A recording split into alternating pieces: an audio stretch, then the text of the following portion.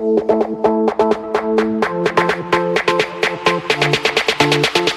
Guys, আসসালামু আলাইকুম। চলে আসলাম আমার নতুন একটা ভিডিও নিয়ে। ভিডিওটার কারণ হচ্ছে অ্যাকচুয়ালি আমার নতুন বাইক কেনা, সেটা হচ্ছে ইয়ামাহা FZS ভার্সন 2। এটা আনফরচুনেটলি কেনা হয়ে গেছে কোনো প্ল্যান প্রোগ্রাম ছাড়াই। আমি গেছিলাম হচ্ছে কালিয়াকৈর গাজীপুর, এখানে আমার ফ্রেন্ডের বাইক সার্ভিসিং করার জন্য।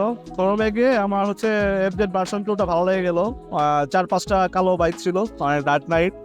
তো এখান থেকে একটা চুজ করে নিয়ে ফেলছি।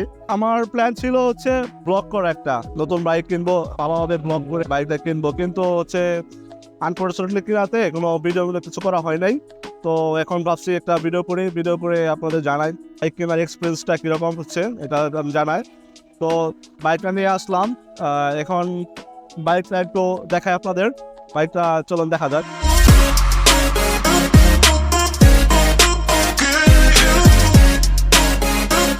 তো বাইকটা দেখলেন, আশা করি সবার ভালো লাগছে। এটা হচ্ছে বাংলাদেশের জাতীয় বাইক।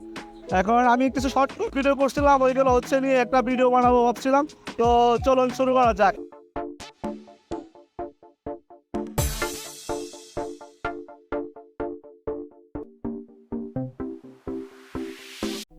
আসসালামু আলাইকুম গাইস, চলে আসলাম হচ্ছে কালিয়াকৈর গাজীপুরে বাইক সিটি ইয়ামাহা শোরুমে।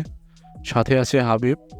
তো এখানে আসার উদ্দেশ্য হচ্ছে আবিরের সাথে আবিরের বাইক সার্ভিসিং করা, কিন্তু আনফরচুনেটলি এখানে এসে আমি বাইক কেনার ডিসিশনটা নিয়ে নিই। তো এখানে অনেকগুলা ডার্ক নাইট FZ ভার্সন 2 ছিল। তো বাইকগুলো দেখে পছন্দ হয়, তেন ওখান থেকে একটা নিয়ে নেই। কোনো প্ল্যান প্রোগ্রাম ছাড়াই হচ্ছে বাইকটা কেনা, তার জন্য কোনো ক্যাশ নিয়ে আসা হয় নাই। তো অনলাইন ব্যাংকের মাধ্যমে হচ্ছে পেমেন্টগুলো করা হচ্ছে ধাপে ধাপে, কারণ সবগুলো টাকা একসাথে ট্রান্সফার হচ্ছে না, তো টাইম লাগতেছিল। তো পেমেন্ট করা শেষ, এখন হচ্ছে বাইক সিলেক্ট করার পালা। এখানে বাইক রাখা ছিল, সেগুলো হচ্ছে একে একে দেখতেছিলাম। তো ভিতরে আবির হচ্ছে একটা বাইক সিলেক্ট করে রাখছে, তো আমিও পাশাপাশি কিছু বাইক দেখতেছি। ভিতরে আবির একটা বাইক সিলেক্ট করে রাখছে, ওটা এখানে একটা বাইক রাখা আছে, সেটা দেখতেছি, সেটা হচ্ছে ভার্সন 2। সামনে একটা বাইক সিলেক্ট করে রাখছে আবির, ওইটা মেবি এটার থেকে আর একটু বেশি ফ্রেশ, ওইটা এখন দেখবো। সামনে যে ইয়েলো কালার শার্ট পরা দেখছেন, ওইটা হচ্ছে আমার ছোট ভাই। আর গ্রিন কালার যেটা দেখছেন টি শার্ট, ওটা হচ্ছে আবির। আবির এই বাইকটা সিলেক্ট করলো, দেন হচ্ছে এটা কনফার্ম করলাম। এখন হচ্ছে এটা যাবতীয় যা কাজ আছে, মানে যা কাজ বাকি আছে, যেমন হচ্ছে গ্লাস লাগানো, তারপরে হচ্ছে এটা আনর্যাপিং করবে, তারপর হচ্ছে বাম্পার লাগানো, যা যা কাজ বাকি আছে ওইটা হচ্ছে টেকনিশিয়ানরা এখান থেকে লাগিয়ে দেবে। এক টেকনিশিয়ান ভাই আসছে, উনি হচ্ছে বাইকটার যাবতীয় যা কাজ বাকি আছে ওটা হচ্ছে ফিক্সড করে দেবে। আমি একটু বাইকটা দেখতেছিলাম সব ঠিকঠাক আছে কিনা। তো এখন বাইকটা সরিয়ে হচ্ছে বাইকটা এদিকে নিয়ে আসবে, নিয়ে এসে হচ্ছে ওইটার হচ্ছে লুকিং গ্লাস, তারপর হচ্ছে বাম্পার, তারপরে হচ্ছে হুইল বড়া, বাকি এভরিথিং যা যা কাজ বাকি আছে ওগুলো হচ্ছে ওনারা কমপ্লিট করে দেবে আর কি। আমার হচ্ছে বাইক কেনার আজকে কোনো চিন্তা ভাবনা ছিল না, মূলত আশা হয়েছিল হচ্ছে আবিরের বাইক সার্ভিসিং করার জন্য। তো সার্ভিসিং করতে এসে হচ্ছে আমি নিজে বাইক কিনে ফেললাম। এটা আমি অনেকদিন যাবৎ বাইক কিনবো করে ভাবছিলাম, কিন্তু আসলে কোনটা নেব। মিড বাজেটে হচ্ছে অনেকগুলো বাইক আছে, যেমন হচ্ছে জিক্সার, তারপরে ভার্সন 2, অনেকগুলো বাইক আছে। তো অনেক ঘাটাঘাটির পরে হচ্ছে এই ইয়ামাহা FZ ভার্সন 2টা নেওয়া হলো। তো এই হচ্ছে কাহিনী। তো বাইকটা হচ্ছে বাইকের কাজগুলো করতেছে।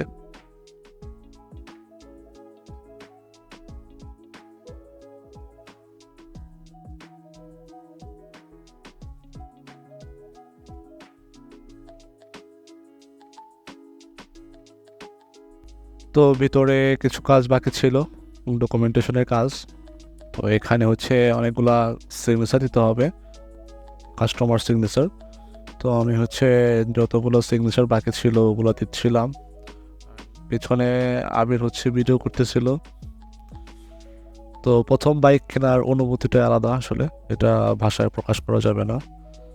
তো এই প্রথম নিজে নিজে বাইক কিনতেছি, অন্যরকম একটা ফিলিং কাজ করতেছে, আসলে এটা মুখে বলে বোঝানো যাবে না। সিগনেচারের কাজ শেষ, এখন হচ্ছে বাইক মোটামুটি রেডি হয়ে গেছে। ইয়ামাহা থেকে বাইকের জন্য হচ্ছে ফিউল ফ্রি দেয়, সেটা হচ্ছে 400 ml এর মতো। তো ফিউল এখানে বড় হয়ে গেছে, বাইকটা মোটামুটি রেডি হয়ে গেছে। এখন হচ্ছে এটা ট্রায়াল দেওয়ার পালা। তো আমি হচ্ছে ফার্স্ট রাইড দেব, বাইকটা কমপ্লিট, এখন হচ্ছে আমি টেস্ট রাইড দেব।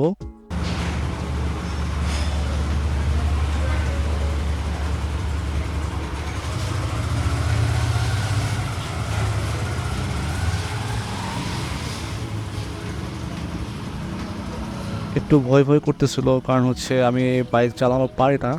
তো মনে হচ্ছিল বাইকে লাগিয়ে দেই। তো ভয়ে ভয়ে বাইকটা ঠিকঠাক মতোই বের করতে পারলাম। তো বাইকটা রেডি, এখন বাসায় যাওয়ার জন্য দাঁড়িয়ে আছে। এটা হচ্ছে ফাইনাল লুক। তো আমরা চলে যাচ্ছি বাসায়। এটা হচ্ছে আমার ছোট ভাই, ও চালিয়ে যাচ্ছে বাসায়। আমি যেহেতু ঠিকঠাক মতো চালাতে পারি না, তাই হচ্ছে ছোট ভাইকে দিয়ে চালানো। তো এই ছিল ব্লগ। তো এটাই ছিল আমার বাইক কেনার এক্সপিরিয়েন্স। আশা করি আপনাদের সবাই ভালো লেগেছে। জানি না এটা কেমন হয়েছে, যদি কোনো ভুল ত্রুটি হয়ে থাকে কমেন্টে জানাবেন। আই হোপ আপনাদের কাছে ভালো লেগেছে। আজকে এ পর্যন্তই। আল্লাহ হাফেজ।